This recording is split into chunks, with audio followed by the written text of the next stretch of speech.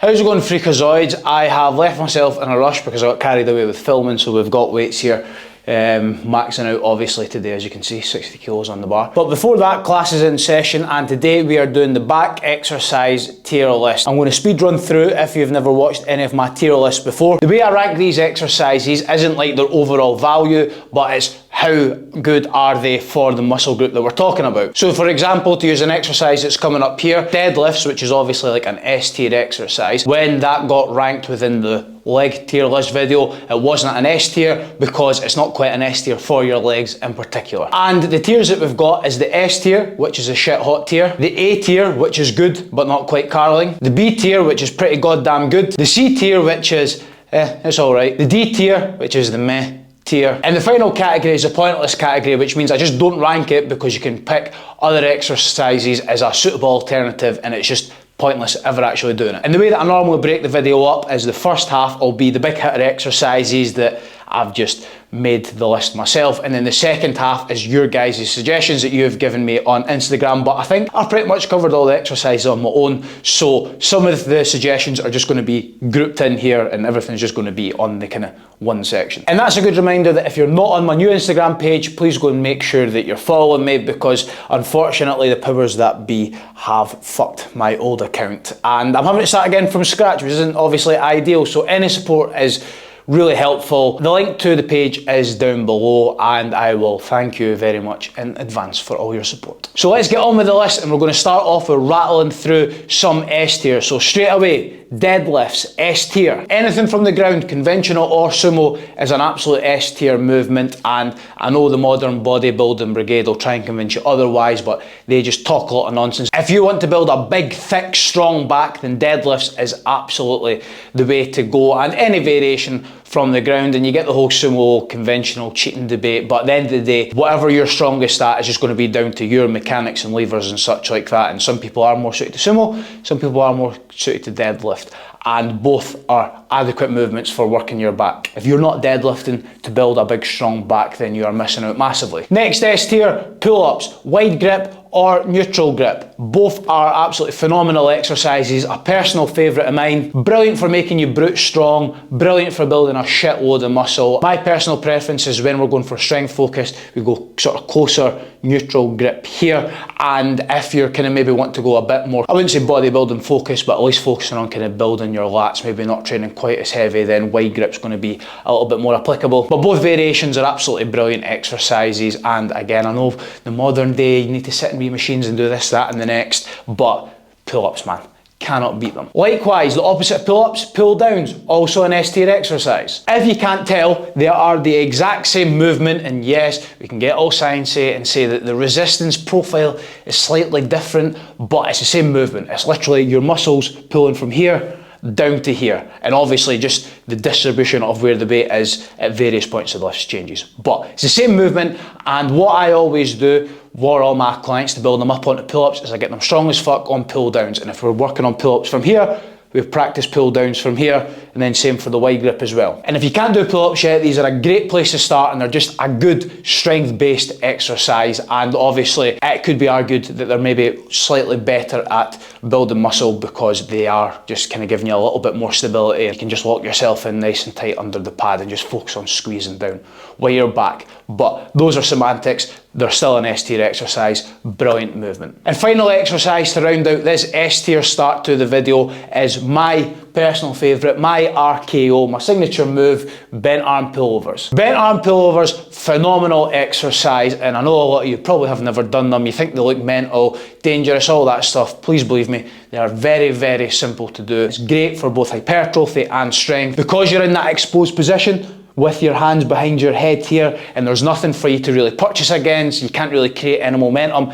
It's just pure brute strength and power needed to pull that dumbbell back up. It's a phenomenal exercise with a dumbbell and also with a barbell as well. It is a little bit more awkward to set up. It is probably a little bit harder to do and a little bit more uncomfortable, but do these with a barbell as well, and holy shit, that is like a proper strength exercise. They're a staple in my programming, and they'll work all areas off your back like the aforementioned exercises as well. I don't know if I actually mentioned that when I was running down deadlifts and pull-ups and pull-downs, but the reason that I'm putting these in S tier is because you're pretty much working all the main muscles in your back in a winner, and it's not like an isolation exercise. So bent arm pullovers will join the list, and that will round out the S tier for the time being. Next, we are going on to a single arm dumbbell row, and this is also a personal favourite of mine, both exercise I like to do, and then for my clients programming, because it's really simple to set up, it's a really easy technique to learn, and I think it's a good There's a pet peeve. He's standing out in the hall speaking on the phone when he could just like go into the other room and just close the door. I'm just going to get on with it because I've not got the time to be hanging around. But I think I was saying about single arm rows that you can load up on a heavy. However, their place in the tier list could be. Well, are you just trying to put me off? Are you just deliberately trying to put me off? There, shouting, and just make noise. I've lost my train of thought on that one, but single arm rows are going in A tier. Next exercise is seal row, and you maybe don't know it as seal row, you maybe know it as bench row. Basically, when you are lying flat face down on a bench and have got dumbbells or a barbell and are pulling them up. Now, in terms of the actual functionality, then they are S tier. They are as good a rowing movement as you'll find, and I would actually probably say it's the best rowing movement because you have nothing to support you, you've not got any legs or anything to create momentum or upper body movement, it's just pure strength that you need to pull the barbell up or dumbbells, and you're going to grow a shitload of muscle in the process. However, I can't class them as a shit hot exercise because it is a bit of a pain in the arse to get set up, and a lot of people may not actually be able to get them set up. You obviously do need to have a suitable either station or just a bench that's kind of not got too many legs or stuff underneath it's going to stop you, and then be able to raise it, and sometimes it needs to be raised really high. And for that reason, they can be a little bit inaccessible sometimes. So in terms of how good an exercise they are, it would be S tier. However, because of the practicalities of them, I've unfortunately got to put them as A tier. You want to come and rate some back exercises? Big man? Do you want to come and rate some back exercises? Rate? Uh-huh. What does that mean? Well, just see how good they are. To you? Not to the camera. Oh no, I can't know, you're joking. I thought, say, who's that? You think there's something wrong with me?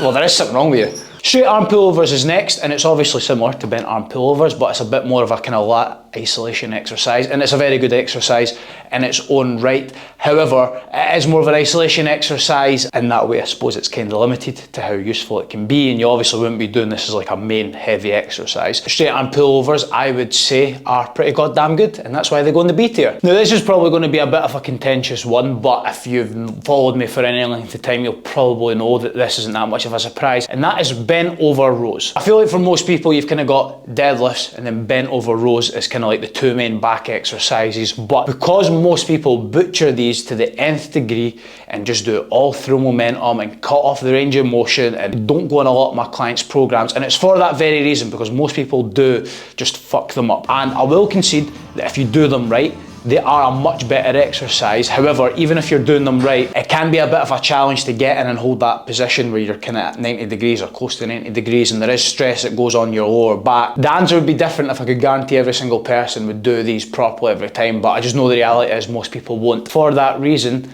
they are going into the meh category, and I think that a lot of people can pick a lot of the exercises above this on this list and get a lot bigger and stronger backs. Now, you may have noticed up till this point, pretty much every exercise has been like a free weighted exercises and not any machines, and that's because literally every single machine on the planet, every single cable, chest supported row, pull down, whatever, they're all going to be different, and I can't rank them individually because sometimes you might get a machine that is like a A tier machine because it's really good, some of them might be shite, and it ends up being like a meh D tier. So I'm just putting this in here now and saying that I'm not going to go through and rank all your different types of machine rows. Now, when I spoke about pull-ups and pull-downs earlier, you may have noticed that I only mentioned two variations, which was the neutral grip and the wide grip. The other version that I didn't talk about was the underhand grip, and that is because I'm not a massive fan of these. And it's not that I think it's a bad exercise as such, but obviously does just bring your biceps into the movement more, which yes, I suppose in theory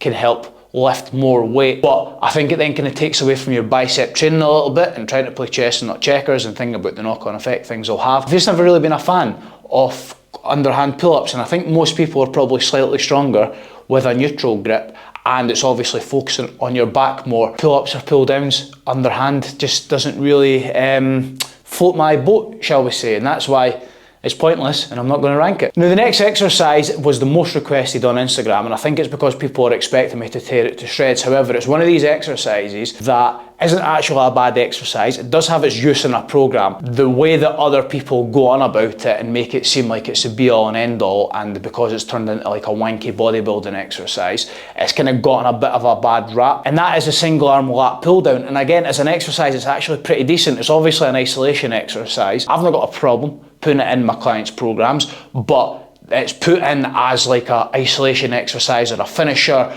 and at like the back end of your back or pull training. I think where it's just totally misused is it's like a main exercise, because again, you're not going to be able to use a massive amount of weight. It's kind of more of a isolation exercise than an actual compound movement. For the last few years now, it's been the be all and end all for all these bodybuilding wankers back training, and I think that's where it gets a bad rap, and especially when you start de-handling and just getting all the wanky setups, it kind of just gives it a bad perception, and actually it's not a bad exercise. And that's why for me, it's all right. It's a C tier exercise, and I just think that you're better off spending your time doing all the exercises ranked above this, and then obviously you can put that in as like a kind of finisher or towards the end of your workouts. Got a couple B tier exercises back to back now, and I feel like I'm doing this thing where I'm being like too favourable again, and I need to be more ruthless, but the next two exercises I would say are suitable B tier exercises. First of all, we've got cable pullovers, which is like your straight arm pullover with a cable. I think it's going to be your personal preference if you prefer doing this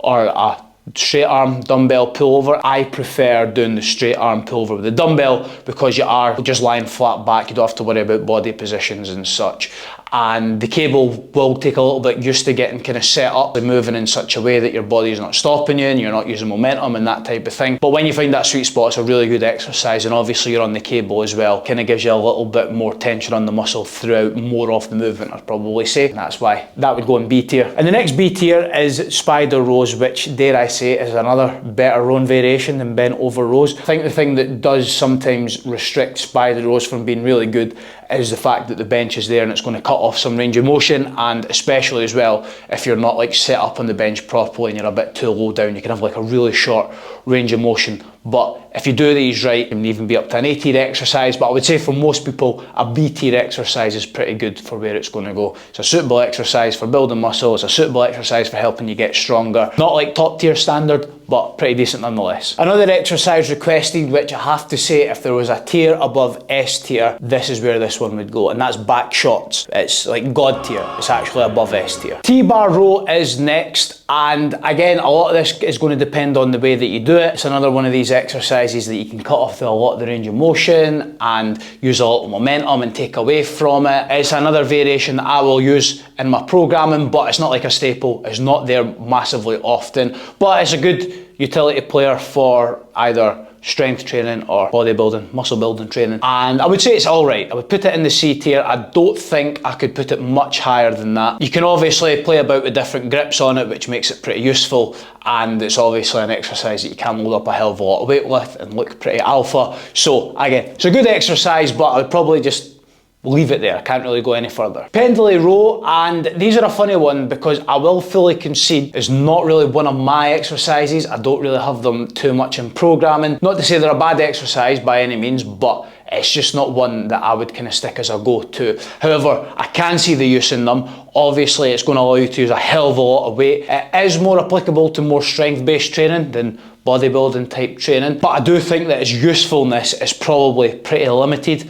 And again, it's probably good in certain situations to develop certain strength and power and that type of thing. Within most people's programs, it's probably not the type of thing that you're going to have in massively much. But as an exercise, pretty good. Can't really say much more than that. So I don't even know if I've put an exercise in a D tier yet. So I'm going to go for the meh category. It's going to go in the D tier. And last but least, because this got suggested, and this was power raises. Now, I'm going to be totally honest, I didn't have a clue what it is. I've YouTubed it.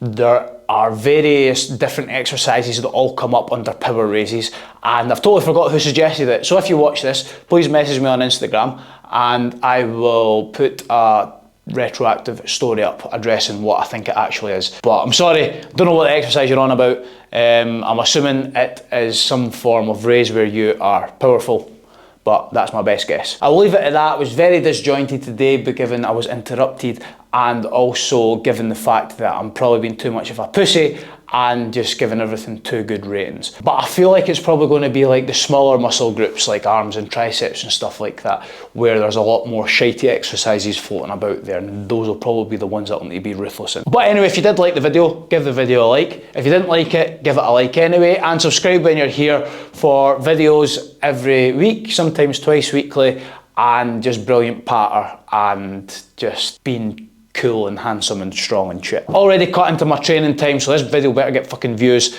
I will catch up with you later.